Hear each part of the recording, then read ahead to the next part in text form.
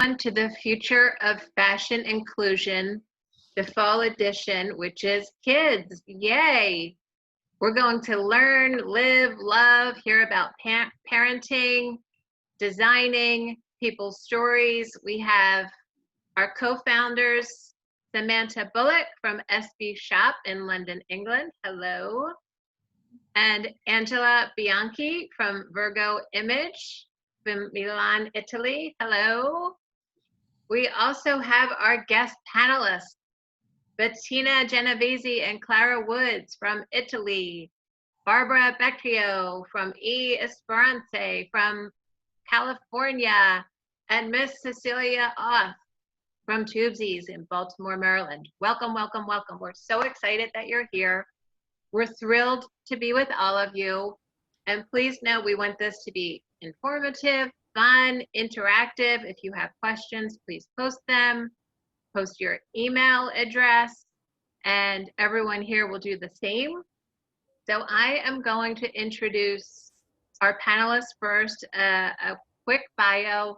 Then I will introduce our co-founders, a quick bio, and at that point I will hand it over to Samantha. So let's get started. Okay. Starting with Betina Genovese is an entrepreneur with special skills in social media and marketing. She loves to travel and she loves to make dreams come true. Betina managed her own company in the power mobility aids market for 13 years. Then she decided to follow her 14-year-old daughter, Clara Woods, in a new adventure. Clara had a prenatal stroke and cannot talk, read, or write. Clara became a painter and in 2018 made her first exhibition. Yay! Since then, Betina is managing her career, and now Clara is also a model and has her own company and her own fashion brand. Oh my gosh. Betina's dream is to be able to help other emerging talents with disabilities to create a future. Yeah. Next guest panelist is Cecilia Oth. As a pediatric nurse for 20 years, she cared for hundreds of medically fragile children, many of whom require feeding tubes. However, accessing this tube can be disruptive to a child while wearing a standard bodysuit. That's why she invented Tubesies. Tubesies offers a therapeutic way to access children's feeding tube with minimal disruption through a window-like opening on a baby bodysuit. So cute. This provides a more comfortable way to deliver vital nutrients and keep baby warm and comfortable. Next, we have Barbara Becchio. Barbara is a designer of a line of adaptive clothing for people in wheelchairs called E Esperante, creating creative adaptive clothing. And yes, I said that on purpose. This is a line. It began, two things happened around the same time. She was asked to make a corset for women who had polio and must wear a corset every day. When she was shown a corset to copy, her first reaction was how unattractive it was and wondered why it couldn't be functional and beautiful. About the time, Barbara had begun making skirts for her friend's daughter who had CP, cerebral palsy. Her friend and daughter loved the easy on, easy off design paired with fun, colorful fabrics of the first skirts in her line of adaptive clothing. Barbara holds an MFA from NYU, New York University, Tisch School of the Arts in Costume and Lighting Design, and has designed over 70 theater productions. Wow. She brings her costume knowledge of fabrics, period design, patterning and draping, clothing construction, and craft techniques to her design for E Esperante, creative adaptive clothing. Next, a quick highlight for Angela Bianchi from VirgoImage. She is a personal image consultant and stylist, also on faculty at European School of Economics. And Samantha Bullock owner of SB Shop, is a model, Paralympian, and we are just thrilled to be here. A quick bio about me, Nancy Connor. I founded Smart Adaptive Clothing in the end of 2017. We make easy on, easy off clothing, shirts and blouses for men and women, great for teens to seniors, and we place Velcro behind each button. So it's easy on, easy off. You can't tell because we place the button on the garments and it looks traditional. We're about building confidence, ease of dressing, and just making life easier every day for individuals and caregivers. And I am going to hand it off to Samantha Bullock. Take it away, and thank you, everyone.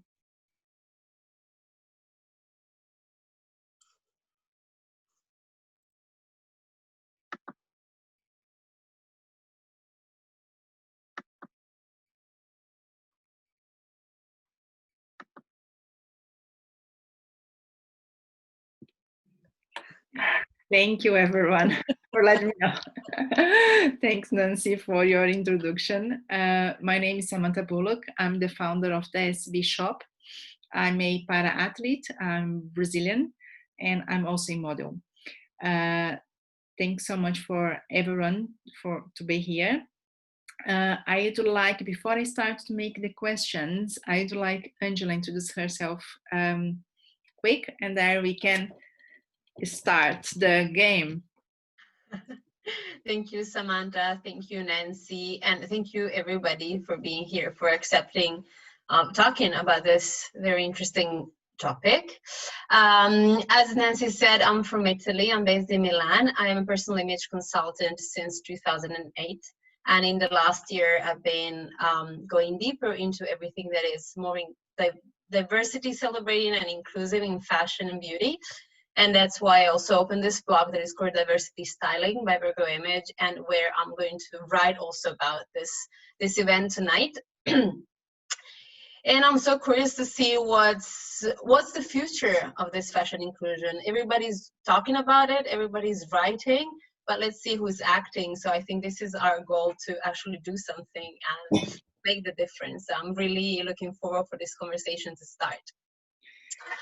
So there we go. You'd like you guys to introduce yourself by yourself and let us know a little bit about your story. And I'd like to start with Barbara. Hi, my name is Barbara Becchio, and I got started, as Nancy was talking, by those two different things. The corset, I mean, when I first saw the corset I was supposed to replicate, it looked more like a straitjacket. And when I finished with it for her, I made it beautiful. I put lace on it. I trimmed it with floral fabrics, covered the boning tape, which has to be on the outside because the bone can't be next to the body. I covered all of that with floral fabric and made the straps of different color ribbon. So that looked really nice. She was so thrilled, and I've gone on to make a few more for her. We're actually working on some now, although the social distance is a little tricky trying to do that. But, and then at the same time, my friend's daughter was going to school now, and she wanted to wear things like the rest of the kids in the class. And I think it's really important to, you know, have that inclusion, not to feel separate. You're separate enough, because she wasn't sitting at a regular desk, she was in her wheelchair, but she wanted to be a part of everyone else. So I made these little skirts, and I'm just gonna show you how. This is the little tiny one, but there's no back to it. Okay, and it just opens with Velcro, so they can be put in the wheelchair, and then with leggings on, something easy to change them in and from different places. Get her in the car, and then you put the skirt around once they're seated. So this really solved a lot of problems, especially when Sarah started to get a little older and she's bigger and it's a lot more to work with, that it made it really easy for her, and she totally loved it. And I just started researching different things that would make it easier. I was really focused on people in wheelchairs. And so that takes a completely different shape also. So relied on my draping skills to, instead of making a shape that hangs vertically, it's a shape that takes a 90-degree angle. And that's built into the design, so it makes it more comfortable. And then I love having fabric combinations together. That's one of my things. I like to putting different prints and things together so that it really makes it a lot more exciting, kind of fun garment. And then when I was doing some of the abilities expos, women would come into the booth and say, you know, what do you have for us? And so I was really interested all the time when talking with people. And so I would give questionnaires, what would make things more comfortable. And the women wanted a back on the skirt though. They didn't want just the open back. So I started to do ones like these where the back is flat. Like you have all the fullness in the front. All right, so when you're sitting, you're seeing the front of the skirt, all right, with some great hidden pockets, nice deep pockets, but the back is totally smooth. So when you're sitting, you're not sitting on a lot of fabric. Yeah. So that made it very comfortable for people. So, so thank you so much for this intro and let us know how you started everything. And I'm going to move to Betina to introduce yourself as well and tell us a little bit more about your story. I'm also Brazilian and I'm living in Italy now for 16 years. And my husband and half Canadian, half Dutch, grew up here in Florence. And so I'm mother of Clara now. This is my task. And Clara is 14 years and she had a stroke when I was pregnant. And for consequence of brain damage, really bad. So when she was born, after, we didn't know in the beginning. When she was around 7 months, we discovered. And doctor said she would be like a vegetable. And then it's not, but today she cannot speak, write or read because the biggest damage is in the language side of the brain, but in the outside of the information, not in the information that goes in. So Clara can understand 3 languages and she can communicate very well. So in my husband from the first marriage has a daughter with muscular atrophy that she's in the wheelchair. So let's say that our life is really connected with the disability. And because of his daughter, we started a business of power wheelchair 13 years ago. And last year we sold to be able to follow Clara and to, let's say, to change my professional life in something that I like more, art and fashion. So now I'm building a brand for Clara that's called Clara Woods Collection for her art and her fashion. She painted some bags and we are creating this. And our goal is to create a future for her. So if we will not be here anymore, that she can have something, but also that she can live different, you know. Otherwise, now that she's 14, the process is to finish in the institute doing some works. This is the end, mostly the end of people with disability. So we are trying to make something different for her, and our goal is to, when we have something extra tour, that we can also offer for other people, other talents with disability to be able to show off to the world for what they are. This is a little bit of me.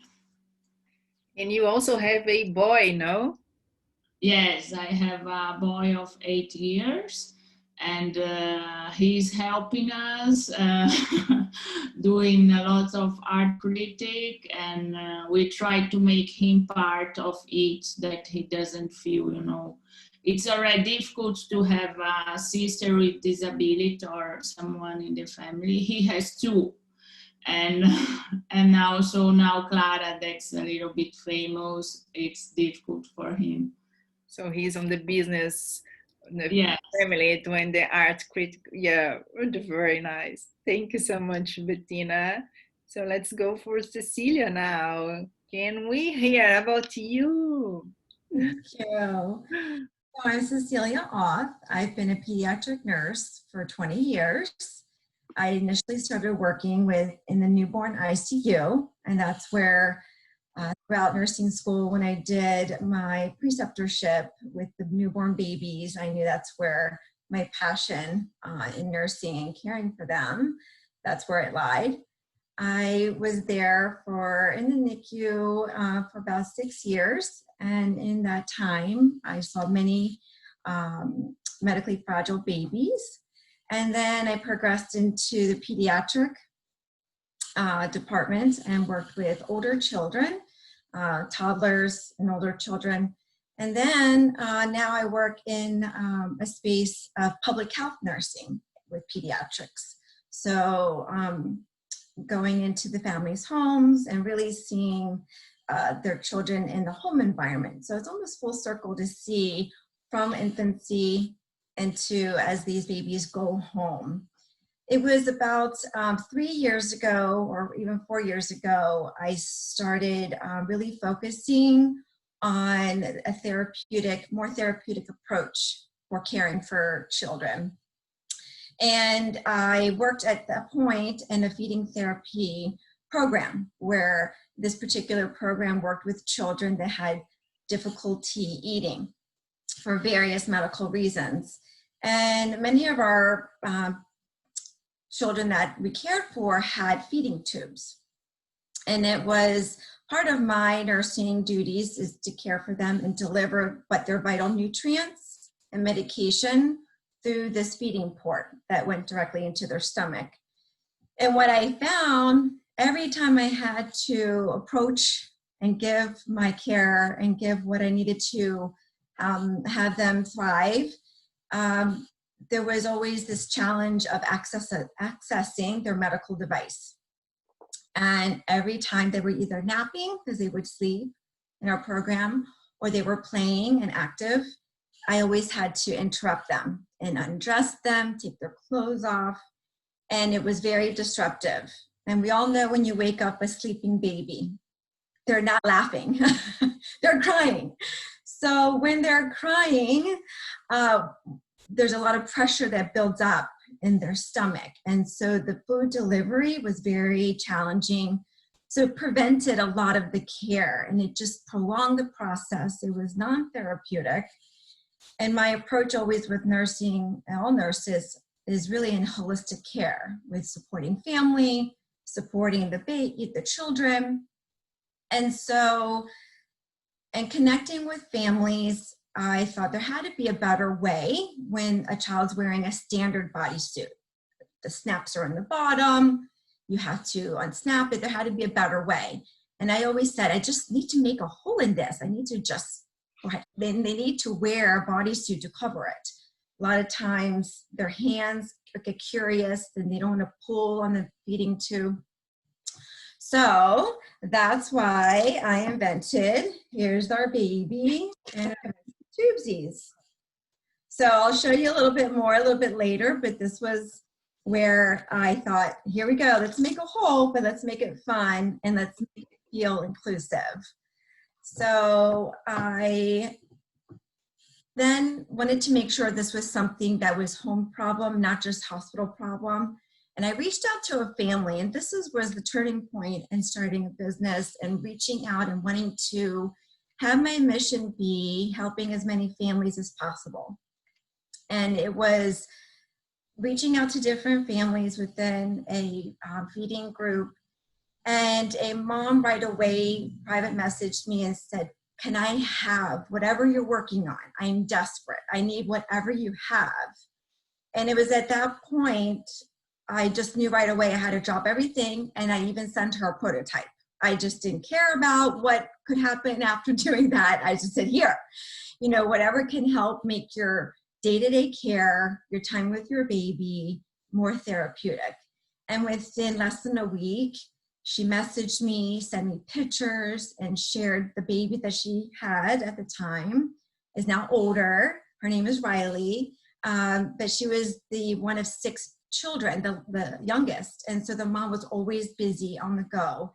And it really, she said at that point, just to save time, be able to leave her daughter comfortable, not undress her, and be able to spend therapeutic time with her made all the difference in the world. So that's where TubeZ's journey began.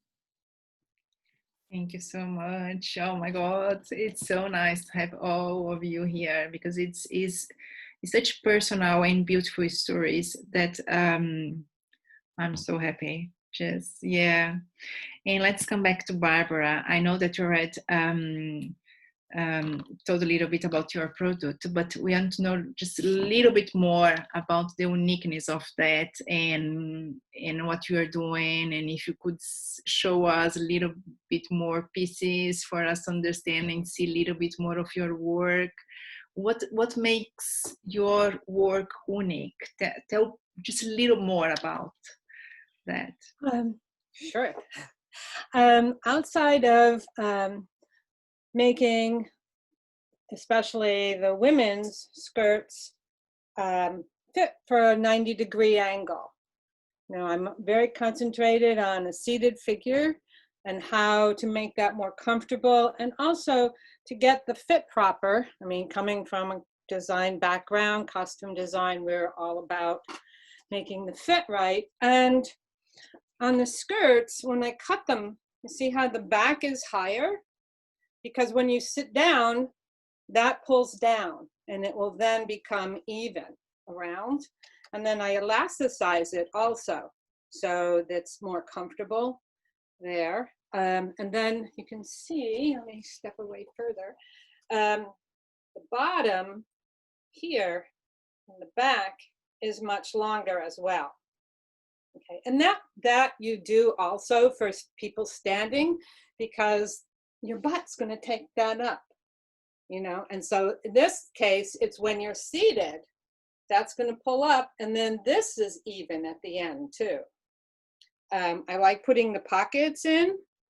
They're nice deep pockets, so you can fit all your personal items in there for the day. You can fit, if it's a catheter. And then on the sides, I have a very large, this was a prototype, so it's not really this zipper, but it's a large zipper, and it unzips quite a way down. This is a 10-inch zipper, where normally you have a 7-inch zipper. And so it's a nice substantial zipper. I usually have another little pull on here as well, and then a magnetic snap to close off the top of it. So one of the other things, when I was doing, people also were requesting, can we have something that is a little casual or something more dressy for the office? So I have this one in a denim, and look at the light here. So you can see there's this whole panel here, all right? And this is all fitted, and you can see that this one comes really low because it's supposed to be smooth. So, you know, when you sit down and there's like kind of a bunchy stuff here, I took all of that out of the pattern. So that's why this dips down so low. So when you're seated, it's pretty smooth. You know, there's a little bit, but you can't get away from that, but it doesn't have that whole wad of fabric. And then I put disguised pockets. And this was something also, this is another prototype, but I had a little pull on here that's a heart, an open heart that you can get your finger in so that it makes it easier to pull. And one of my friends, Julianne from Abilities Expo, said, oh, when you put the zipper in, put the zipper so that when you open it, you pull up. So apparently that's easier to maneuver your arm when you're seated in a chair. So I'm continually looking at things like that. I've been working on a pair of pants that I do the same type of top with. It's cut very low. There's a yoke on it so that when you're seated, it's smooth. You don't have any of that little bunchiness. I mean, if you're a person who's standing and sitting and standing and sitting, you sit down, it's accepted. But if you're sitting all day, you know, it'd be like much nicer to not have all that extra fabric in there. So I took that out of the pattern, and those should go into production pretty soon. I had one more fitting to do before COVID hit, and now I can't get to my model, but I think I can work around that because I'll just go back and fit it on me, because when I work, I'll put it on me because I'm here all the time. I've got my model, and I just sit in the chair and drape it up around me. You know, so the other thing, let's see. Oh, let me show you the one I did for office wear.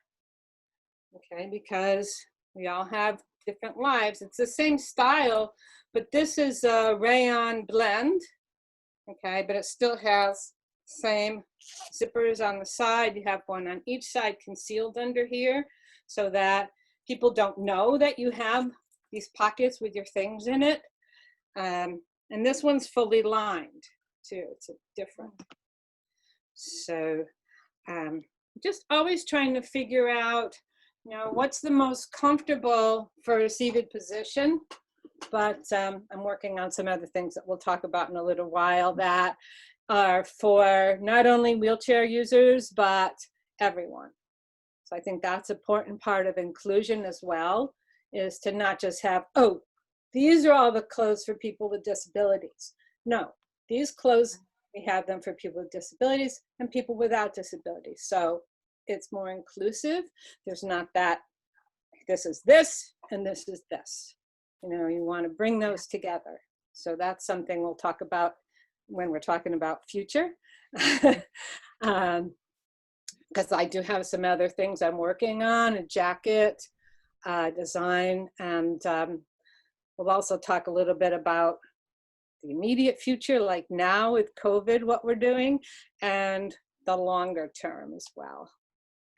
They are beautiful, you know. As I'm a wheelchair user, I understand like what we're saying, to have the excess of fabrics when you sit, you know, you try to be slim, and there every time you sit, looks like you are bulky, is everything collapses in your lap. I mean, there is like, okay, I'm in diet, what shall I do if there's all that fabric on our lap all the time?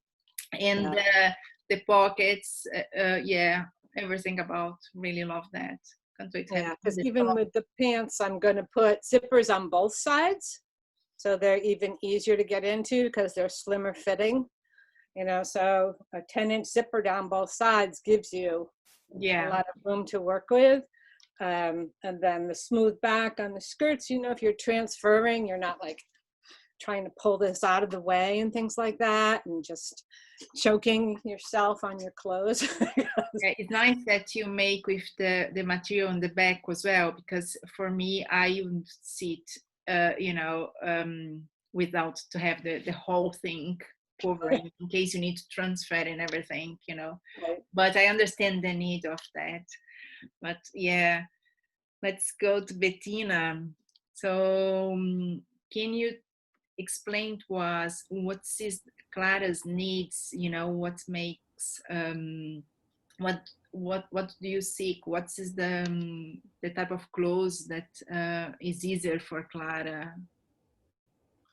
Clara has a double hemiparesis, so her right side of the body is really like it's weak, but also the left side is not working 100%. So mostly she cannot use the right side, like to push the shoes or to help.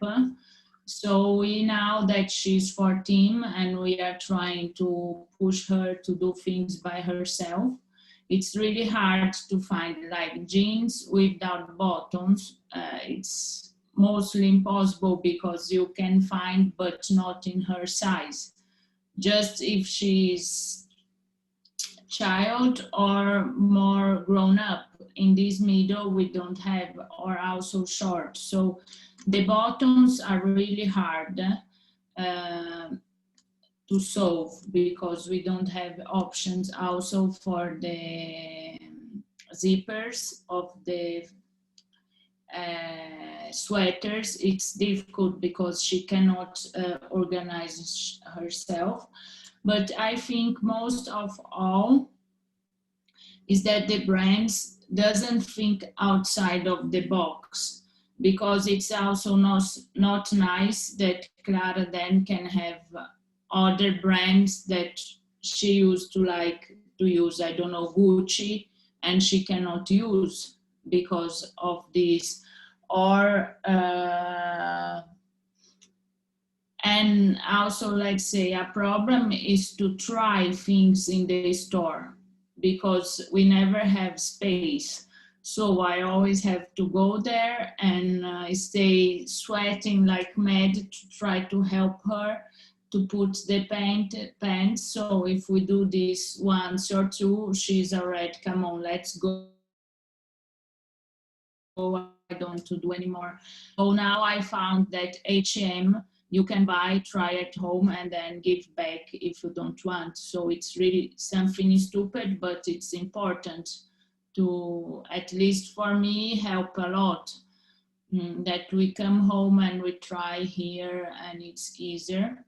And also shoe problems, we cannot find any shoe that fits because she has, she use much more her left feet, leg, and she made twice the surgery to make her long the leg. And so it's really hard. And then we can, and she has one size, the right size is smaller than the left side. So it's hard to find a shoe because we always need to buy bigger than her foot is. So it's a lot, and it's just her case. Imagine how many other people with other disabilities has other problems, but mostly then we can also like the clothes for the babes, you know, that has feeding problems. If we find the groups that can say, okay, for us, these are the problems, maybe also the brands can reconnect and do a better solution that can fit everyone. But mostly, to finish, I think the problem is also about the image that they have, because Clara now is 14 years and she doesn't like how people look to her because she has her right hand that is like this when she walks. So everyone looks to her, and she said, okay, what I can do? Nothing. People will always look to you because you are different, you know. And it's something that if brands use to add more people like this in their advertisement pictures, should become normal or more normal, and you can look differently. Also now the case of Gucci, of that too, no, the syndrome Down girl, and the other, the person, I think, I don't know which nationality she was, but she was just different nationality with brown hair and different shape, and it was like, come on, she's not a model. And it's really stupid because we are not used to. And I called the best model agency in Milan that photographers said to me to offer Clara to work, and they said, no, we can't, because the brands are not read to her. And it's really stupid because actually it's also the agency that doesn't want, you know. And then I start making our own pictures because I said it's just because Clara has the foot or the hand, what's the problem she can do, and it's coming good. So I think also it's something that we need ourselves to not stop in what people say or think, because they said no and a lot of people said but it's stupid, and she's loving to do it, and we already make an advertising in Milan, and you know, step by step. Diesel gave us clothes to do a shooting last Sunday, so it's just something to try. But for the families it's hard because they have a lot of problems. So I think mostly it's the mentality, and when we have small companies or people that are doing like the wheelchair clothes, also Edina, Carlos' daughter, has a lot of difficulty to find clothes that can be good to use, you know, and also about the problem of the decubit, these things. So it's a way that we need to go out from our own little world to say we are here and we need this. Maybe we'll not change in this generation, but we hope it will change. We will. That's why we are here. So yeah, thanks so much, Betina. And let's move to Cecilia. So tell us a little bit more about your products and details and your uniqueness. I know that you already said a little bit, but tell a little bit more. Sure. You know, to Bettina's point, it really is heartfelt and important to hear from the families, because even as a designer or resource, I don't count myself as a designer. You know, I think I still have that nursing mindset, but I know how important it is not to have the medical sterile be a stigma, and the practicality needs to be there, but in a warm, fashionable, everyday use and at home. And so by listening to the families, and when I listened to that mom who reached out to me and asked, this is what I need, you know, I was looking at it initially from my perspective as a caregiver, because I worked with that every day. And so I was able to bring sort of my expertise of medical everyday use of working with tubes. And I think it's important for me to share what that might look like in terms of tubes, because there's some background pieces and devices that happen at home that everyday use, you know, designers don't maybe see, or everyday people never see. And so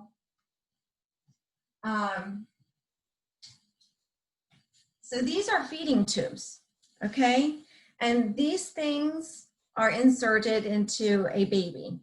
And what's out of it, what we see on the outside is this, that's flushed to the stomach. But this is in the inside of the baby. Then the family has to connect and get in there, and then this is where the food goes in. And then there's a machine, and then there's all these pieces that they feed when they're on the go, in the car, when they're walking through the park. Different times the children have to feed throughout the day. And so instead of being stuck at home, these families want to be and live outside of their home. And so understanding this in the hospital that I work with every day, and seeing the challenges when a child wears their everyday clothes, because even the families want to put regular clothes on their baby. They want to feel like a blend. They're blending in with everyone, and yet they have the accessibility to what they need to do to maintain the babies to be comfortable, because that's important. And just to maybe have that protection to conceal these devices so the baby's not pulling and maybe pulling it out. So manipulating it. So when I shared earlier that a regular bodysuit, you know, here are the snaps, and, you know, then it looks like it fits comfortably here. But when you need to go in and out and access, you're really going directly to this port. So this is stabilized and is surgically placed, and typically a baby or a child or an adult, they have these. It's not short term. It's for months or even years or even permanent. It depends on that person's condition. And so what we found is by having this access keeps the baby comfortable, mostly asleep, or, you know, they can still sit up and be comfortable. And they also have this cute image that it blends in. You don't know that there's a window there. The same with, you know, a garden gate. It's an image of a garden. There's a gate. You have no idea that there's a window. But then you go in there, and then your baby can stay happy. They can stay in the chair, and you can do what you need to do, and the baby's comfortable. What I also found, because of my nursing background, I know that they always leak, and there's always liquid that comes out from the formula medicine, and so that's very normal. But so this has to be waterproof, because then we found we were always changing the babies, and who wants to change every 2 hours because it's wet? So this keeps the baby dry, and it's so waterproof. And the last great feature is, and this is a medical grade Velcro. So it's it can be maintained, you know, clean. And there's a little pocket here. And the reason for this pocket is many times there is a gauze that has to go around this tube. I'll show you. So this gauze a lot of times goes around here to help absorb any leakage. So for convenient wise, if you have a dry one in the pocket and you're out and about, you can just take out the wet one and say, oh, I have a dry, and you saves time. You have easy, quick use, and then all done. And then you can, but you can keep holding your baby. You don't have to have your baby down. You don't have to straddle them and legs and fight. And you're like, ah!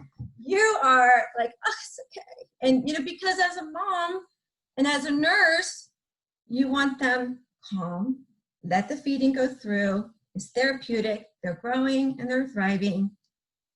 And it's almost that easy. So I think I bring, and the last thing I was able to bring, and it took me 6 months to do this, but as the baby grows, right, this area, they grow. So this has to be moved down. So with each size, the window gets further and further away. It can't be in the same spot, because the idea is to have it directly access. You can't have the window up here by the neck, because then you have to manipulate. So we are working on, and I'll share later about more in the future of what we want to do. But key is listening, like Betina shared, listening to the families. What are their struggles? What are their everyday? You know, this is my perspective from a medical view and what I work with the babies all the time.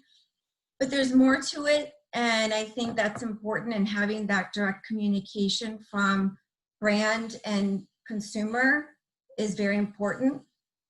And I think that connection somehow can continually be worked on, so that it will help with sustainability. So we're not wasting and creating things that are not working. But if we listen and then manipulate and change, like what Barbara does, you're listening to the day-to-day functionality. You can really incorporate and make it work. So when we have any other different designs, this one, I showed you the fire truck already. And then we had the elephant, and I like of positive sayings, you know, brave and strong, I think is important. And we have another one, that shows grateful heart, and I can bring that out in my next one, on my next show and tell.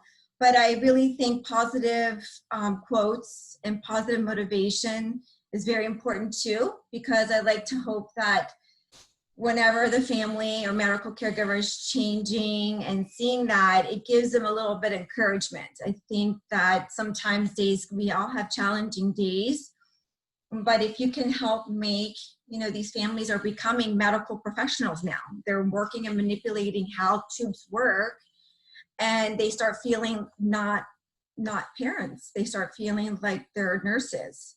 And in some ways they have to be. But I think all the time, whatever we can also do in supporting the parents to feel always as parents and address those, it's important. Oh, thank you so much. Thanks so much. Really love the idea to have basically, like the car is something that opens, always has the message. Is really great. So let's move to the future. So with Barbara now, what do you think, how do you see the future of the adaptive where you are moved? Can I unmute you? Can you hear me now? Yeah, there we go. Okay. I think, and I'm hoping that, there's been so many wonderful ideas have been spoken about today, that designers, people who come from a medical background, put all these ideas and get them so that an adaptive clothing is more mainstream. It's not something that you have to search out and one person does this and one person does that. And I want to see them in the stores, because we can go to a department in a brick and mortar store and see and be able to get these clothes and be able to see them. Right now, basically, everyone is online. And I know it can happen because I remember, I'm like shorty girl, and all the time my clothes I have to alter them, and there were no petite sizes. Yeah, you know what I'm talking about. No petite sizes in the store. And then slowly you saw, oh, okay, here's for petites, but it's one little rack. And then eventually now there's a whole department or whole sections and departments for petite. And I think the same thing can happen with adaptive clothing. I think education needs to happen for the people working in the stores to be able to know how to assist someone in the dressing room or even just picking things out, and to make the shopping experience much easier. In the future, I'm going to be doing some jackets, and I'm very much into non-gender specific clothing. So I'd like to make things that work for anyone.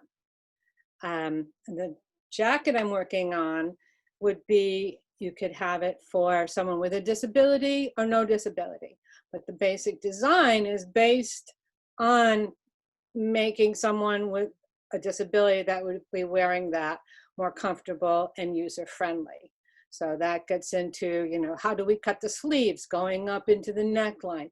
What's the shape of the sleeve? How are things closed on the sleeves? What's the cut of the sides to make things easier for arm movement, but not have excess fabric in? But that also looks good on a person without disability, so that it becomes more inclusive, more universal for everyone. And it can work for men, it can work for women, it can work for whatever person you are. And I would like to really see that progress, and lots more, styles. I mean, when I first started a few years ago, and I looked in the market, there was not a lot available that was very fashionable. And I think that really needs to change. I would like to see that expand. And also with the project you've been doing, Samantha, with using models who are everyone, not just the really, really thin, skinny people. And so people get used to being more accepting of people's differences. the same way children do. Children, they don't care. They don't care what you look like, what you can do, what not. They love you anyway, and they don't see the differences. And it's not until our society starts imposing them on people that, you know, we start to say, oh, well, she's maybe a little overweight, or that person is not really attractive. You want to see everyone as their own attractive person. Everyone has beauty about them. And so I think fostering that will help to reduce a lot of the stigma around, you know, the differences in people. And so for my line, I will be, you know, always expanding and looking at new things. I just started working on a hat for someone who, and I'm really into it. I was cleaning out my closets, one of the big things of COVID here I've been doing. And I had this hat, and I have been communicating with someone on Instagram who has no hair right now. And I contacted her. I said, oh, would you like this hat? And she said, yeah, but my head is, you know, a small dimension. So I shrunk it down, and then I put elastic on the inside that she can tighten or loosen when she gets it. So that, and it's because I shrunk it down so much, I felted it basically. So it's a really thick, nice wool hat for Maryland. And so she said it gets quite cold there. And I remember being on the East Coast. And what was some of that? So also like the short-term future, while we're still dealing with COVID in here, and, you know, manufacturing is not what it was, and, you know, the expos and all of that are not happening full force yet. So I have been making one-of-a-kind things.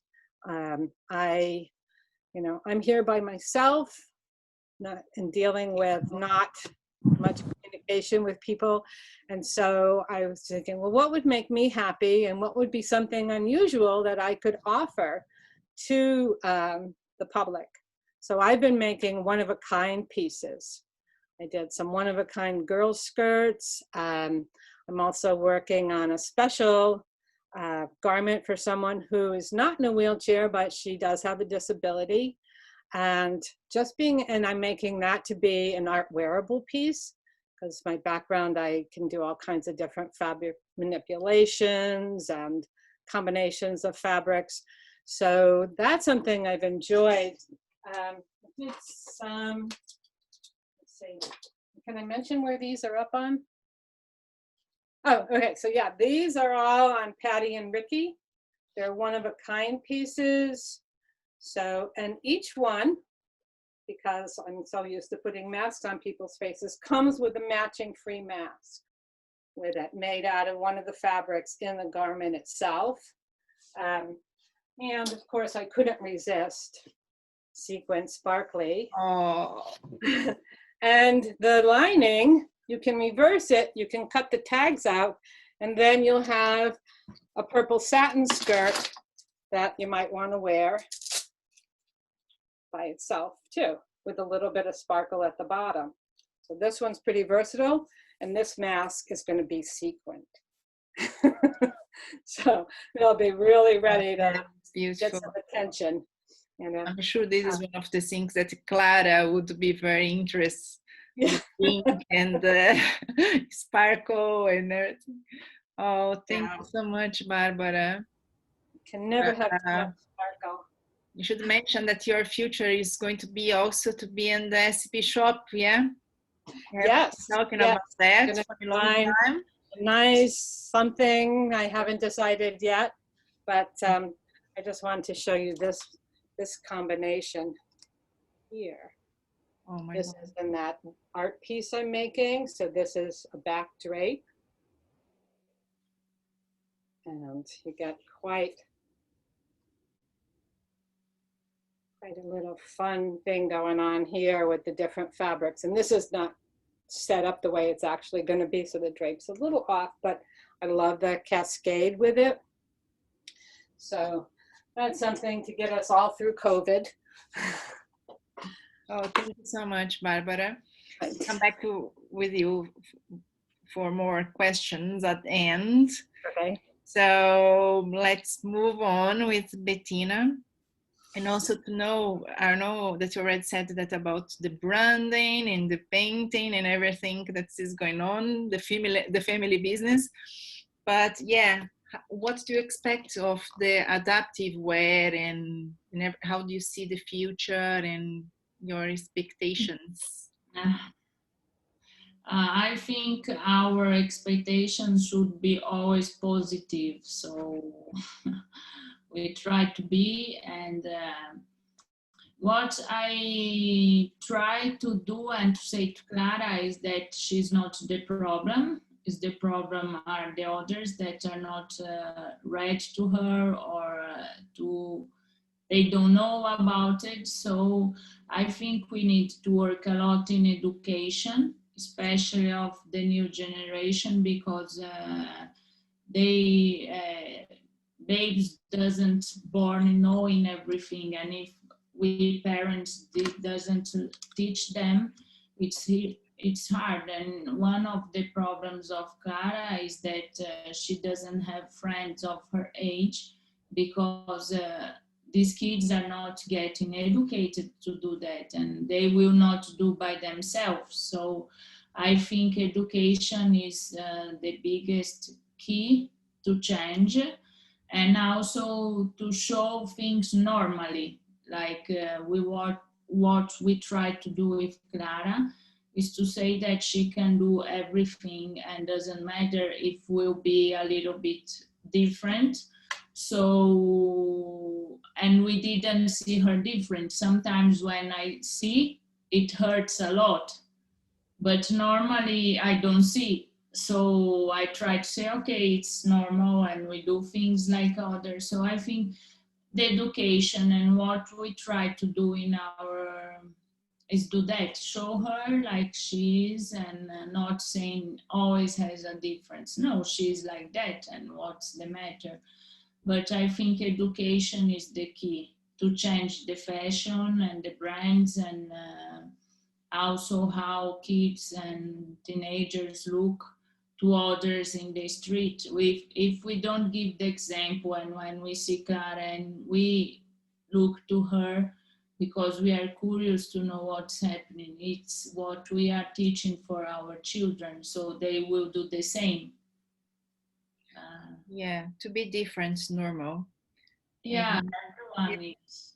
We are. So, but you know, in the cover of the magazines, we have always the skin and the white one. And I was in the fashion show in Milan last week. They invited Clara, and she was really happy and to see her first fashion show. But I was really impressed because these girls are so skinny, I never saw before, and they don't look everywhere. They just don't look like a zombie, you know, walking.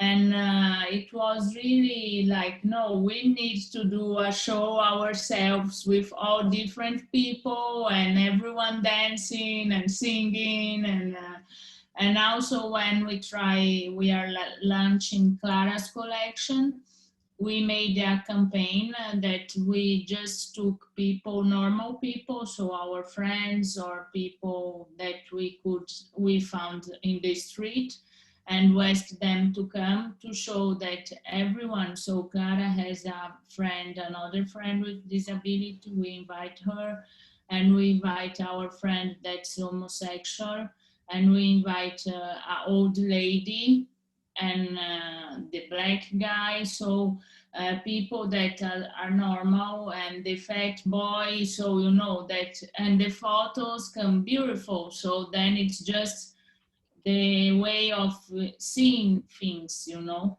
Yeah, I'm going to enjoy this subject to talk about a project that we are doing.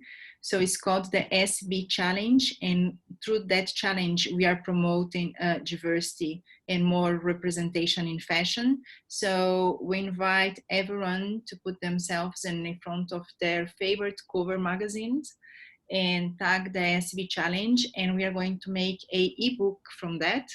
So the ebook, we are also going to talk about the bio, what representation means to you, put your handles and all your socials there, and also share your message to the world. So it's going to be an ebook, it's going to be launched in March of next year. We are going to accept people to enter in the SB challenge to the first week of January. And this is the way we're spreading the word. We had more than 500,000 impressions, so it's big. And now we have a lot of NGOs in charts that can embrace that. So we made a exclusive Instagram that is called Bullock Inclusion. That is the NGO, that is the CIC, that's Community Interest Company from the SB shop.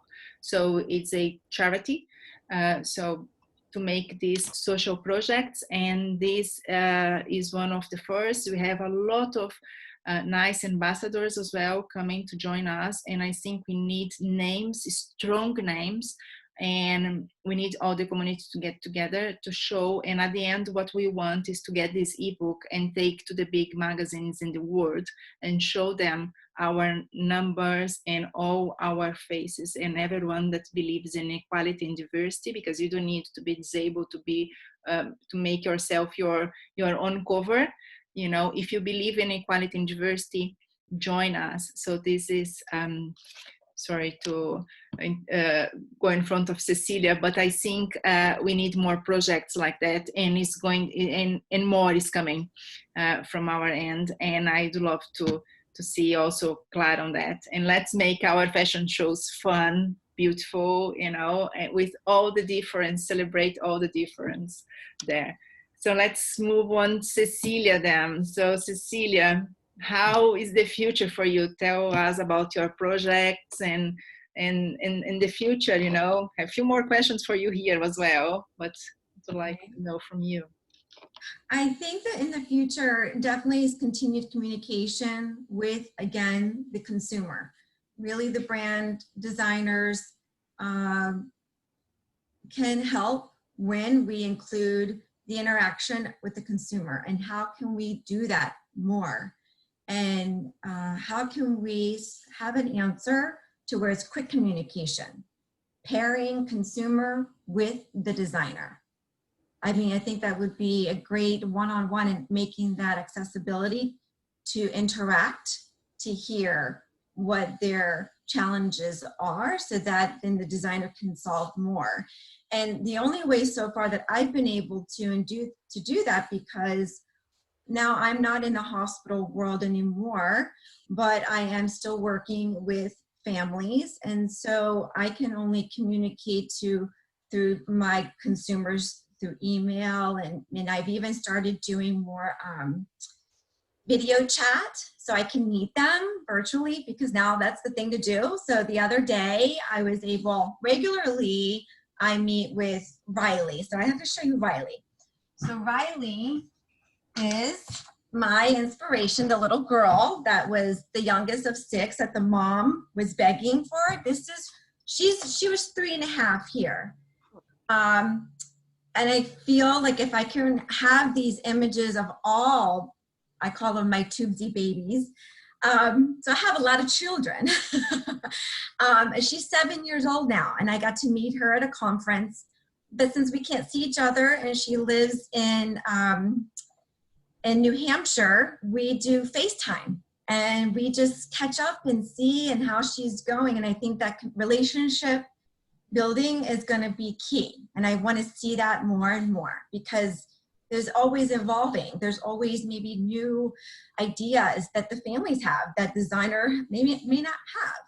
And that, so keeping it relatable, keeping it real is, I love that. I love that relationship building. And now with COVID, that, like what Barbara was saying, it's kind of hard, but we can be creative and still see, and we're finding creative ways as we need it. So keeping the families, the consumers, the adults, everyone just in constant communication.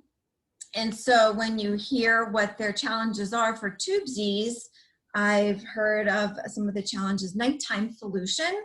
So families want pajamas. So we've created a nighttime solution for pajamas. This is just a prototype, very basic and plain, but because the feet, everyone's size feet are different, so we'd know feet because then the toes poke out. And sometimes the medically challenged with the G-tube, they wear a probe on their toe to maintain and watch the oxygen. So I only know this if I hear the families. The zippers go up. The zipper here can go up and then down. So there's two, or you can do it from the top. So there's two zippers, bottom and top, depending on what the family needs. But again, if the baby's sleeping, you still have a quick window here to access. So I'm still working on it. I personally would love to work with real fashion designers that have education. I can only do it from a practical sort of resourceful mindset that I somehow inherited, maybe from my grandmother. I don't, but, and I'm a mother of two. So I think constantly thinking about my children and their comfort level as well all the time. Our products don't have tags on them. So again, comfort is key. But I really feel the future of inclusion will continue to grow in awareness as we have opportunities like this today and doing that more frequently. I love your SB challenge. I think that's important and critical, and all of us just coming together as often as we can and spreading the word. It's just going to take time. It just takes time. But we are getting there. We are getting there. I'm going to the final questions, quick because of our time. So, Barbara, how do you come up with your designs? And how do you choose your fabrics? Okay, when I'm starting on a design, I think of the most practical way to pattern what I would like. I think it's first and foremost to get the functionality down and comfortable. And then I go into picking fabrics, which is my favorite. No, I like working on the challenge of the working out the pattern, but it's a different side of the brain. So when I go to look at fabrics, oftentimes I go to artwork and I look at different paintings, sculpture, and I see how textures and colors are combined in the painting. And it gives you a really great insight as to colors working together, because if you see it in a painting, that palette of colors works. And so you can work within that range, or like me, I would take that range and then put something shocking color next to it, just because that's the way I am. But I also like to just go out in nature and look at plant life or clouds, and that influences my design. And then I'll go to my suppliers, and there's so many fabrics to look at and so many patterns. I can just take the ones that I want, the little squares that they show you on the website, and I'll put those all onto a separate file. And then I print them out, and I'll just start mix and matching them together so I can get a sense of it. And then I'll order, you know, a sample yardage of those different patterns so that I can have them here and play with them. So like right now, I love combining the African print fabrics that I've been looking at with other floral fabrics. And you'll find some really, you wouldn't think that things would go together, but they do, which is really kind of interesting for me. I like putting things together that you wouldn't think of putting together, but then making them work. So then I'll put that combined with the pattern for the functionality together and see how I can then augment it. And then I'm always searching for input from people as to what they would like, what makes them feel comfortable, what makes it easier to take on and off, different ideas. I mean, you know, best idea is to get from the people who are your target audience, your target customer. I mean, go straight to the source, I find. So thank you so much. One question for Betina. How does Clara choose her pieces? How your microphone is off, sorry. She right now is beginning to have some interest in clothing because my son is crazy for, so he goes and buy clothes with me and all that, but Clara no. Normally I choose, Clara loves dresses, so when she sees ones or skirts, she likes it. And now with the model thing, she's more learning how to. Normally I choose what I know, like jeans with that buttons and what can help, but sometimes I do some mistakes. I buy things and then I say, it's not No. so inclusive. Good work.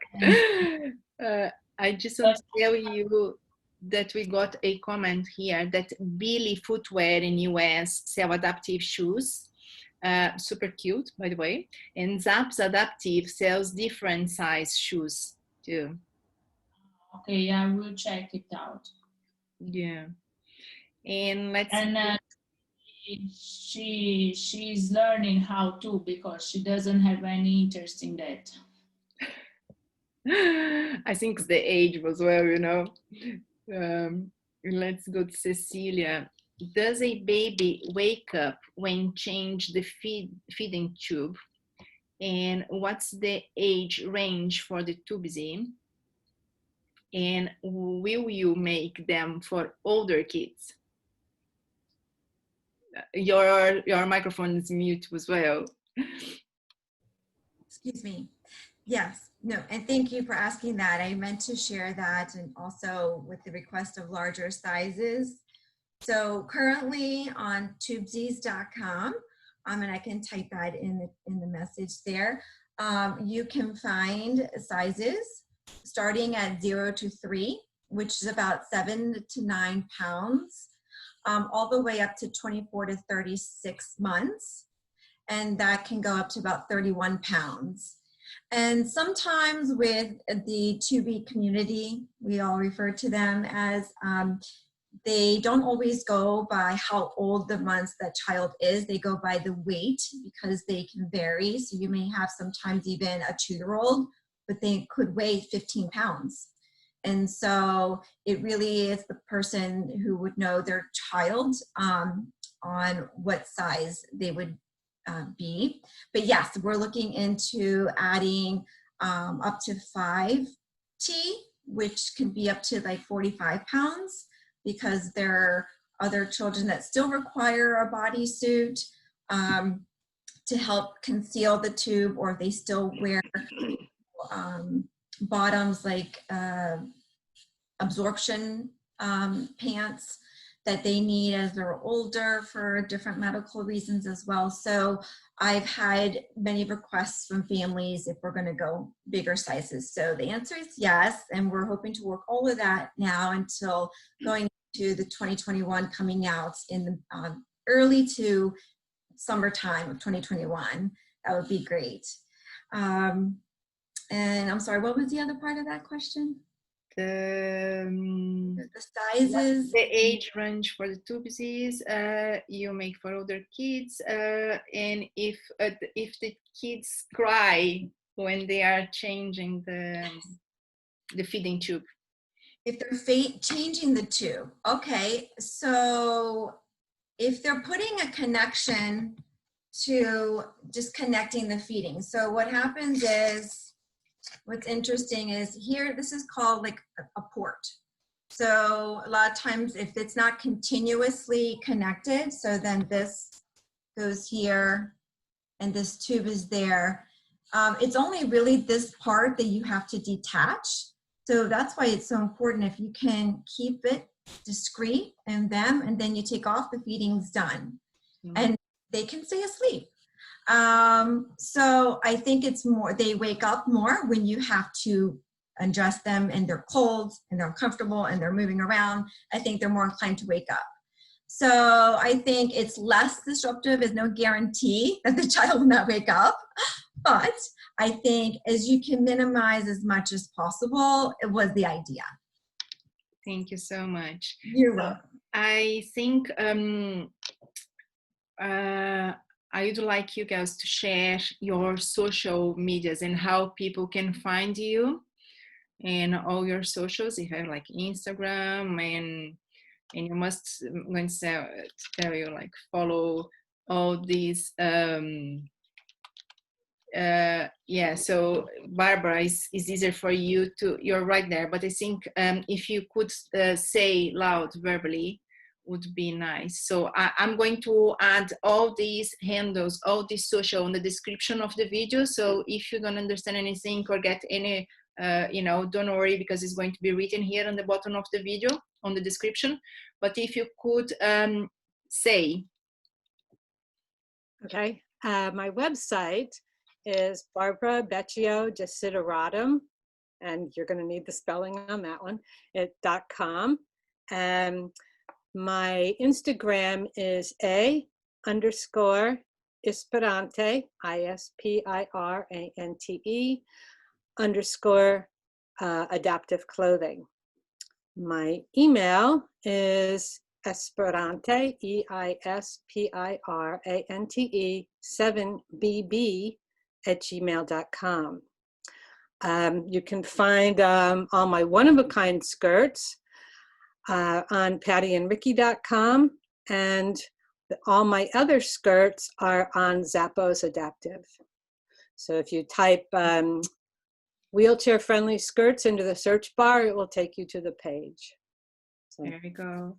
we And covered. you, Betina, by the way, I'm a big fan. Doesn't have one single picture of you guys dancing, and it has the critic review of your son. I think it's too cute. Oh my God. Go ahead. I'm not dancing yet, but maybe in the future. Okay, you can find Clara everywhere with Clara Wood, so TikTok, LinkedIn, YouTube, Instagram, Facebook. Now we just opened Clara Wood's collection, so in Instagram, and the website is coming on October 8th is the launch of the collection. So clarawoodscollection.com. And that's it, clarawoods.art for all the info. And in November, we are starting a vlog on YouTube. So we are preparing create content that we will show more about the life and in the vlog format. Now it's a nightmare. Every social has his own format. It's like crazy. But as soon as we are getting old, then we leave behind, you know. So looking forward for YouTube now. There you go, Cecilia. Your microphone is mute as well. Yeah. So yes, Tubesies, our website is TUBESIES, tubesies.com. And our Instagram is @Tubesies. And on Facebook, it's Tubesies as well. It's there's a tagline of tube feeding friendly bodysuit, or feeding tube friendly bodysuit actually, to give more of an idea of what it is. And we're also sold and connected with Zappos Adaptive and Patty and Ricky, and soon with Samantha Bullock. I'm excited about that because then I can see national. So thank you, Samantha, for inviting us to be part of your baby world, and hopefully older children. So I'm very honored for that. Thank you. Thank you. So I'm giving the word for, there you go, Angela, it's all yours now. Yeah.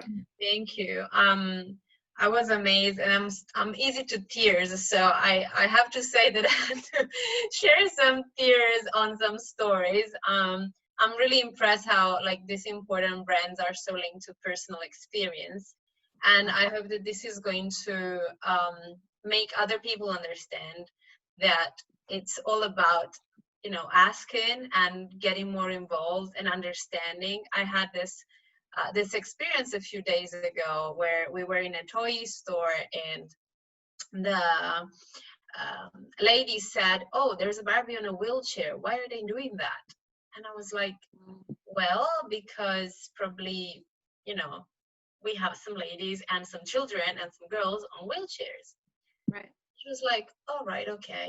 So it's true, if it doesn't, you know, touch you, if you don't know directly about the problem, probably you don't even know that exists, or you don't know why some things are happening as they are.